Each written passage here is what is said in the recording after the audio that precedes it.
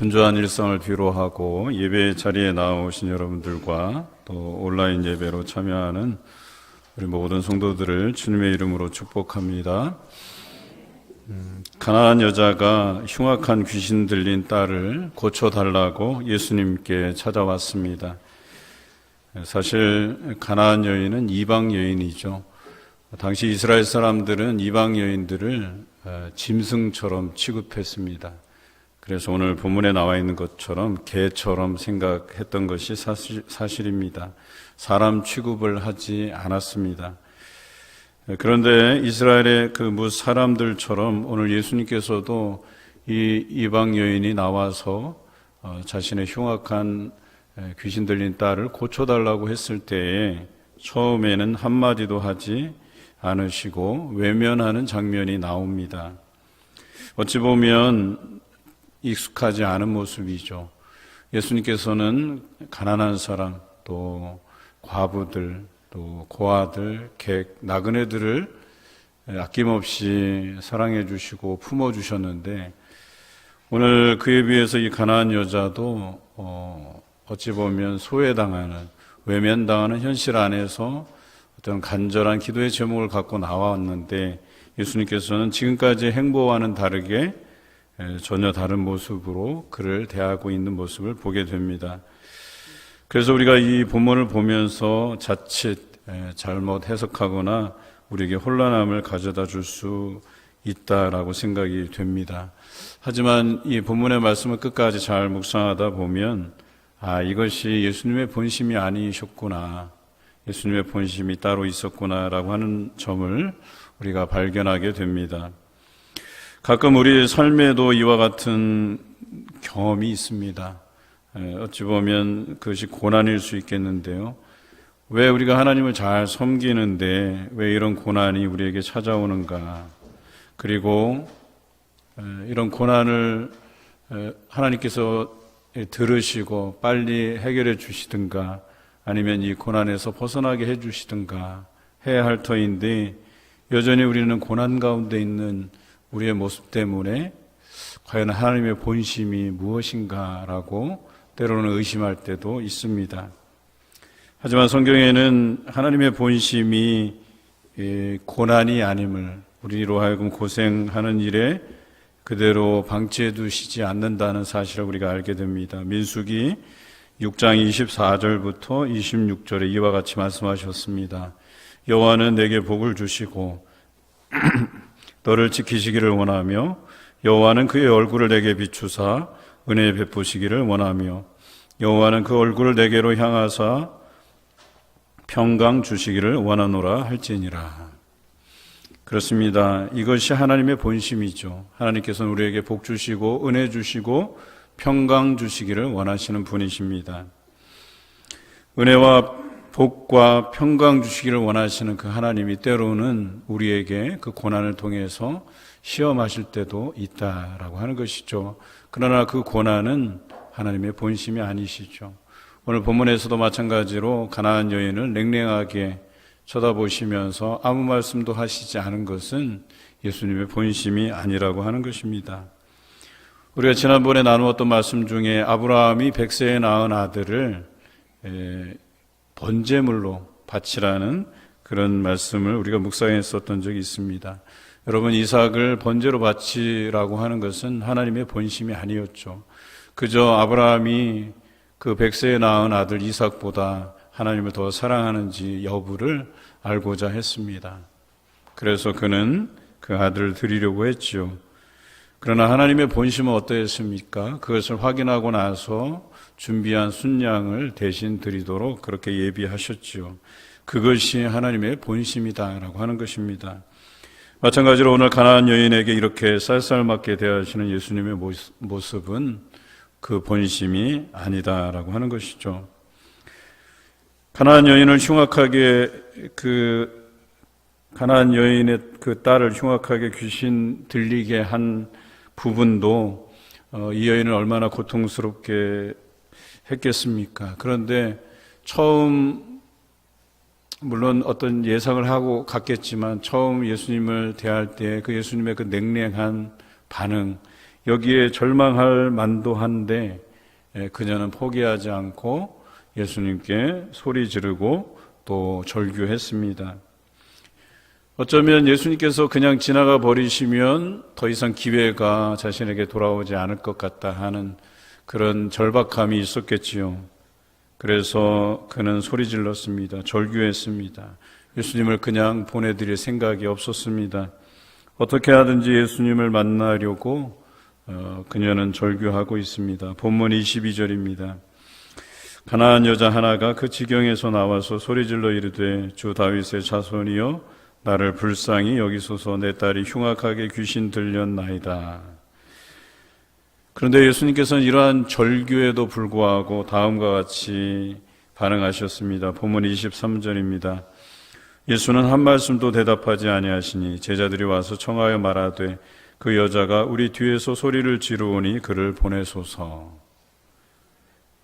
예수님께서는 철저하게 무시하셨습니다. 심지어 예수님의 제자들도 그 여인을 그냥 보내시는 것이 좋겠다 예수님께 이야기했습니다. 그런데 오늘 저는 이 말씀을 묵상하면서 이 여인의 절규에 담긴 여러 가지 의미들을 생각해 보았습니다. 아마 여러분들도 같은 심정이 되어 보셨을 거란 생각도 해봅니다. 물론 귀신 들린 것 외에도 아이들이 병들고 또 아이들이 여러 가지 스트레스로 인해서 고통당하고 힘들어하는 모습들을 여러분들이 종종 경험했으리라고 봅니다. 만약에 이 딸이 아픈 것을 발견했다면 그녀가 어떻게 했겠습니까?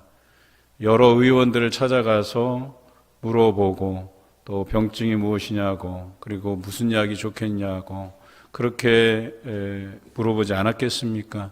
그리고 좋은 의사라면 괜찮지만 또 나쁜 의사라면 어떻게 했겠어요? 약을 팔아야 되니까 이러이러한 증세로 이 약을 먹으면 된다 해서 비싼 약들 팔고 또 그녀는 그 약들로 인해서 여전히 고쳐지지 않는 딸을 인하여서 고통당하고 힘들어하고 경제적인 손실을 보지 않았겠습니까? 그리고 오늘 고백처럼 그녀는 딸이 흉악한 귀신 들린 것을 알게 되었을 때 이제는 의원들은 필요 없고 아마도 그 당시 많이 활동했던 마술사에게 가지 않았을까. 여러분 성경에서 마술사 시몬의 이야기를 들으셨죠? 그런 자기 생업을 위해서 먹고 살기 위해서 돈을 받고 점을 치고 그런 마술을 행했던 사람들이죠. 아마 그들에게도 찾아가서 이 귀신 들린 딸을 어떻게든 고쳐보려고 했을 것입니다. 그리고 또 많은 돈을 가져다 주었을 것입니다. 다시 말해서 예수님께 나온 이 시점은 그 모든 인간적인 수단을 다 해보고 정말 희망이 없어서 더 이상 붙들 데가 없어서 소문을 듣고 예수님께서 귀신을 쫓아낸다 하니 또 병든 자를 고치신다 하니 그에게로 나와왔을 것입니다. 이게 어쩌면 마지막일 수도 있는 그런 상황이었습니다. 예수님이 아니면 그녀의 딸에게 더 이상 희망이 없을 것이라는 그 절박감으로 그녀는 예수님 앞에서 절규했던 것이겠죠. 그런데 우리에게도 이러한 모습이 있습니다. 사실 근본적으로 하나님께서 응답하여야만 해결되는 문제들이 우리 앞에 있습니다. 그럼에도 불구하고 우리는 인간적인 수단들을 다 써보죠. 이렇게도 해보고 저렇게도 해보고 그러다가 정말 아무것도 소용이 없는 것을 알게 되고 하나님 앞에 나와서 그 부분들을 해결해 달라고 간구할 때가 종종 있을 것이라는 생각이 듭니다. 그런데 실망할 것이 없는 것은 오늘 이런 인간적인 모든 노력들을 끝으로 하고 예수님께 찾아온 이 여인도 예수님께서 그 마음으로는 물론 겉으로는 냉랭하게 대하시지만 그 마음으로 그것을 믿음으로 여겼다라고 하는 부분입니다. 마찬가지로 우리들도 인간적인 방법 다 쓰고 안 돼서 뒤늦게 하나님께 나온 믿음이라 할지라도 하나님께서는 그 믿음을 귀하게 보신다라고 하는 것입니다. 삶에서 어려운 문제를 만날 때 인간적인 방법 다 동원해도 안 될 때 여러분 하나님께 꼭 기도하시기 바랍니다. 여러분 늦은 감이 있더라도 간절한 마음으로 기도할 때에 하나님께서는 반드시 그것을 믿음으로 여겨주시고 여러분 기도를 들어응답하실 것입니다. 포기하지 않고 끝까지 하나님께 매달려서 기도하는 성도가 되시기를 주님의 이름으로 기원합니다. 여인은 끝까지 예수님께 매달렸습니다. 그런 간구가 예수님의 마음을 움직였습니다. 철저하게 여인을 무시하셨던 예수님께서 여인을 향해서 말을 건넵니다. 본문 24절입니다. 예수께서 대답하여 이르시되 나는 이스라엘 집에 잃어버린 양 외에는 다른 데로 보내심을 받지 아니하였노라. 여러분, 이것은 거절의 뜻이죠. 상대방에게 그래도 좀 정중하게 안 된다라고 거절을 표현하신 말씀입니다. 이방인에게 보냄을 받지 않았다고 말씀하신 것입니다. 이방 여인을 철저하게 무시하시는 그런 말씀을 하셨습니다. 그런데 이것이 예수 그리스도의 본심이 아니라는 것은 우리가 너무나도 잘 알고 있습니다. 예수님의 본심은 너의 마음이 정말 간절하냐, 지금 나에게 찾아와서 이렇게 구하는 너의 구함이 그 마음에 간절하냐, 이것을 물으신 것이겠죠. 무시하는 듯한 언사이셨지만 그녀의 마음을 시험하신 것입니다. 이때 여인은 이렇게 대답합니다. 본문 25절입니다. 여자가 와서 예수께 절하며 이르되 주여 저를 도우소서. 분명히 예수님께서는 거절하셨습니다. 그런데 그 거절도 이 여인은 가능성으로 받아들였다라고 하는 거예요. 그래서 그 믿음을 가지고 예수님께 나아갔다라고 그랬어요. 그리고 예수님께 절했다. 그리고 나서 주여 저를 도우소서라고 간구했습니다. 저는 이 여인의 믿음을 보면서 나도 이런 믿음을 가져야 되겠구나 하는 생각이 들었어요. 분명히 예수님께서는 거절의 뜻으로 말씀하셨는데 그 거절도 어때요? 이 여인은 가능성으로 받아들였다라고 하는 거예요. 거기에 대한 믿음. 처음에는 예수님께서 철저하게 한 말씀도 하시지 않고 외면하셨는데 그래도 자신에게 거절의 뜻이지만 그렇게 말을 걸어주신 것을 또한 부여잡고 그것을 가능성으로 여기고 믿음으로 예수님께 한 발자국 가까이 나아간 그녀의 믿음을 보자라고 하는 것입니다.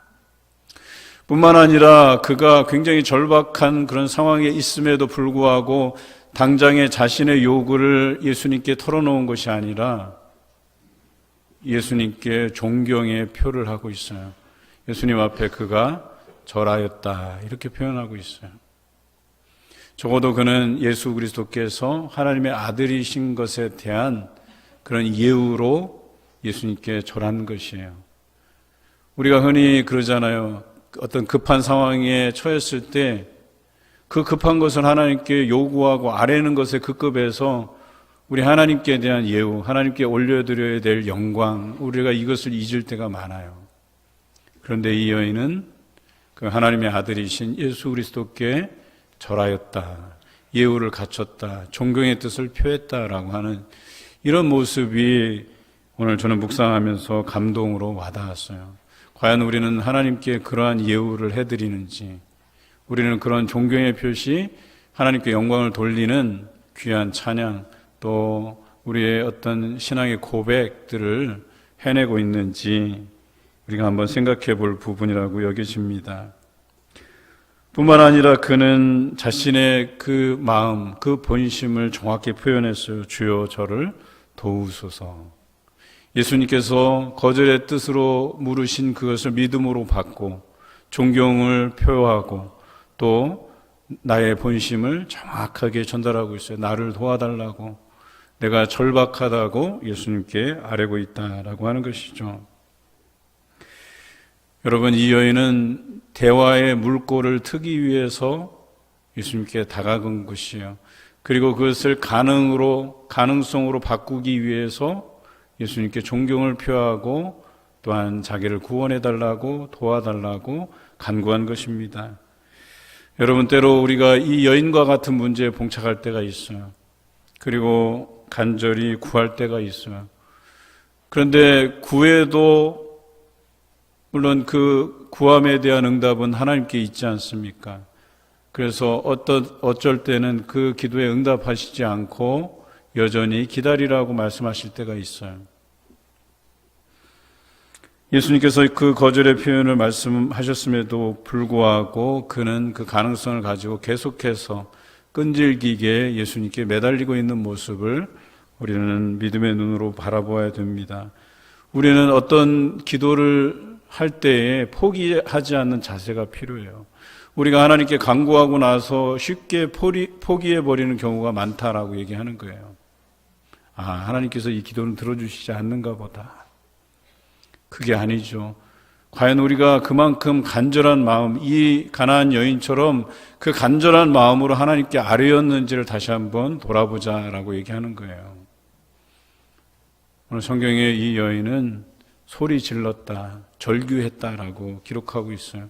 과연 우리는 이런 여러 가지 기도의 제목을 놓고 하나님께 절규하고 눈물로써 몸부림치며 기도하고 있는지 우리 자신들의 모습을 한번 되돌아보자라고 하는 것입니다. 열왕기하 20장에 아모스의 아들 이사야 선지자가 왕인 히스기야에게 나와서 놀라운 이야기를 전해줍니다. 너는 집을 정리하라. 내가 죽고 살지 못하리라. 이제 죽는다는 거예요. 그랬더니 히스기야 왕이 어떻게 했습니까? 벽을 향해서 얼굴을 대고 하나님께 간절히 기도했다라고 성경은 기록합니다. 내가 진실과 전심으로 주 앞에서 행하며 주께서 보시기에 선하게 행한 것을 기억해 달라고, 그리고 통곡하며 기도했다고 성경은 기록하고 있습니다. 이런 통곡의 기도를 하나님께서 들으시고 히스기야의 생명을 15년 연장해 주셨습니다. 여러분, 끝까지 하나님께 믿음으로 기도할 때에 바로 그 희망의 물꼬가 트이는 것입니다. 포기하지 않고 우리가 매달려 기도함으로 인해서 하나님의 귀한 응답을 경험해 가시는 성도가 되시기를 주님의 이름으로 기원합니다. 오늘 여인이 믿음으로 예수님께 한 발 다가서자 예수님께서 다시 말씀하십니다. 본문 26절입니다. 대답하여 이르되 자녀의 떡을 취하여 개들에게 던짐이 마땅하지 아니하니라. 앞서서는 그래도 정중하게 거절하셨는데 이번에는 좀 더 심한 말로 표현하셨어요. 자녀의 떡을 취해서 개들에게 던짐이 마땅하지 않다고 말씀하세요. 그 여인을 개들이라고 표현하고 있습니다. 이스라엘이 이방인들에게 흔하게 하는 표현의 방식이에요. 여러분, 개들이라고 표현하면 자존심 상하죠. 그리고 그 정도 이야기 들었으면 포기하고 돌아갈 만도 한데 이 여인은 포기할 생각이 없었습니다. 처음부터 그랬습니다. 오히려 그녀는 더 믿음으로 예수님께 나아갔습니다. 본문 27절입니다. 여자가 이르되 주여 올소이다마는 개들도 제 주인의 상에서 떨어지는 부스러기를 먹나이다. 저는 이 장면을 가장 중요하게 생각합니다. 예수님의 말씀을 그가 부정하지 않았어요. 분명히 개들이라고까지 표현했는데 이 여인은 예수님의 말씀이 옳습니다. 그는 인정하고 있어요. 다시 말해서 자신을 개로 여겨도 좋습니다 라고 고백한 것이죠. 그러면서 이렇게 고백합니다. 그런 개가 되어도 주인의 상에서 떨어지는 부스러기를 먹을 수 있지 않겠느냐. 그 부스러기라도 좋으니까 나에게 달라고 그는 겸손하게 이야기하고 있습니다. 여러분, 이런 모습을 보이기까지가 얼마나 어려운 줄 아십니까? 우리의 자존심을 다 내려놓고 예수님의 그 말씀, 심지어 거절의 표현이면서 더 강화된 자기를 정말 무시하는 처사가 될 수도 있는 이 개들이라는 표현에도 불구하고 그는 예수님의 말씀이 옳다 여기고 자신을 그렇게 여겨도 좋으니까 그 부스러기라도 자기에게 주었으면 좋겠다라고 간절한 표현으로 예수님께 아뢰고 있습니다. 여러분, 이러한 믿음의 자세가 우리에게 필요합니다. 여러분, 믿음에는 자존심이 필요가 없습니다. 그런데 우리는 자존심에 살고 자존심에 죽는 그런 생활들을 하는 것이 사실이에요. 아무리 자존심 가져봐야 하나님 앞에 서는 모습에는 좋을 게 없어요. 우리가 이 자존심을 다 내버려야지만 하나님 앞에 겸손히 무릎 꿇고 기도할 수 있는 것이죠. 히스기야는 그런 왕의 자존심을 다 버렸어요. 그리고 벽을 향해서 얼굴을 대고 하나님 앞에 통곡함으로 아뢰었다라고 하는 것이죠. 우리는 과연 이러한 기도를 드릴 수 있는가? 예수님처럼 그 얼굴을 두 무릎 사이에 넣고 흘릴 눈물이 없을 만큼, 못의 혈관이 터져서 나올 만큼 히스기야처럼 벽에 얼굴을 대고 통곡하면서, 때로는 이 가나안 여인처럼 절규하고 그 간절한 마음으로 개들이라는 표현까지 감수해 가면서 우리는 과연 기도하고 있는가? 이런 부분을 한번 점검해 보자는 것이겠죠. 우리에게 이러한 믿음이 필요해요. 그런데 우리는 사실 이 세상의 창조주이냐, 또 내 인생의 주인이냐, 또 우리는 토기장이인 양 살아가는 것이 사실이에요. 왜? 자존심을 내려놓지 않으니까. 근데 한번 생각해 보세요. 우리는 피조물이죠. 우리의 인생도 우리의 것이 아니죠. 또 우리는 토기장이가 아니라 토기장이가 빚은 그릇에 불과하죠. 그럼에도 불구하고 우리는 마음대로 어떤 음식, 값진 것들을 내 그릇에 담으려고 하죠. 주인의 그 생각, 주인의 의도는 별로 중요하지 않아요. 내 자존심이 중요해요. 그것이 우리의 현재의 모습이다라고 하는 것입니다. 그런데 여러분, 내가 정말 죽게 생겼는데, 내 자녀가 지금 죽게 생겼는데, 내가 당장 하나님 외에는 이 문제를 해결할 길이 없는데 자존심 내세우는 것이 중요하십니까? 그 여인이 모든 자존심을 내려놓고 믿음으로 고백할 때에 예수님의 마음을 활짝 열게 됩니다. 본문 28절입니다.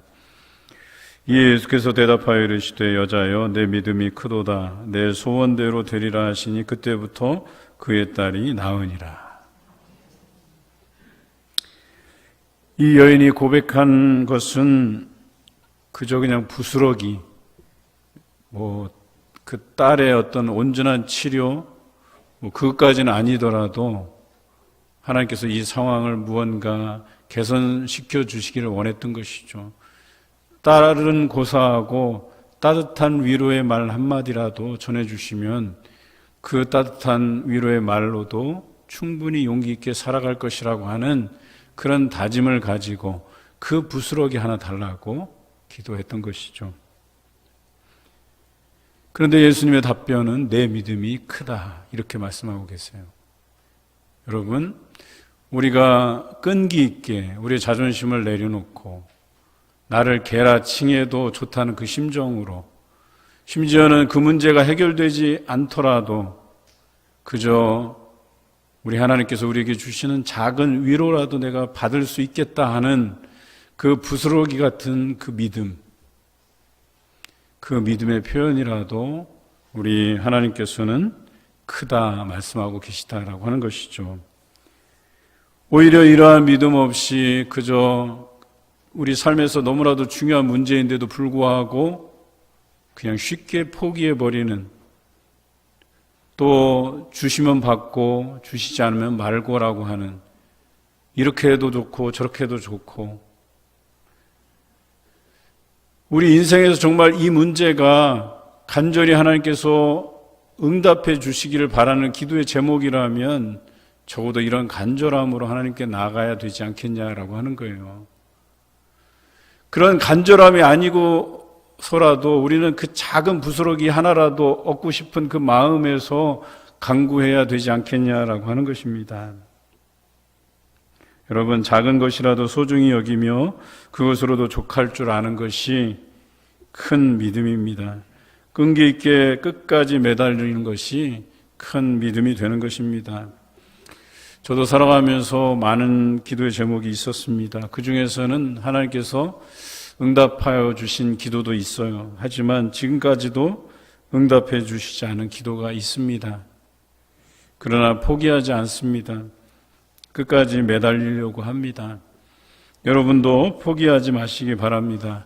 끝까지 끈기를 가지고 기도할 때 귀한 응답이 여러분 삶에서 경험되시기를 주님의 이름으로 기원합니다.